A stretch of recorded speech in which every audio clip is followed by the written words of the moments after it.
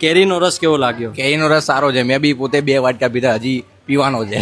અમે આજે અમારું આખું ફેમિલી 30 જણ જમવા આવેલા છીએ. ઘર જેવું જમવાનું છે, ટેસ્ટ બી સારો છે. ભાઈ આ જગ્યાનો ટેસ્ટ લોકોને એ હદ સુધી ગમે છે કે પોતાના નાના મોટા શુભ પ્રસંગની અંદર જેટલા મોંઘેરા મહેમાનો આવે ને બધાને આ જગ્યાએ જમવા માટે લઈને આવે છે. નામ છે શ્રી પંચમ થાળ. અને ભાઈ ગુજરાતી થાળની અંદર એટલા બધા પકવાન તમારી નજર સામે પીરસવામાં આવશે ને કે તમે ખાતા ખાતા થાકી જશો, પણ એ લોકો ખવડાવતા નહીં થાકે. અને ભાઈ સ્પેશિયલી તમારા માટે પંજાબી થાળનો પણ ઓપ્શન લઈને આવ્યા છે.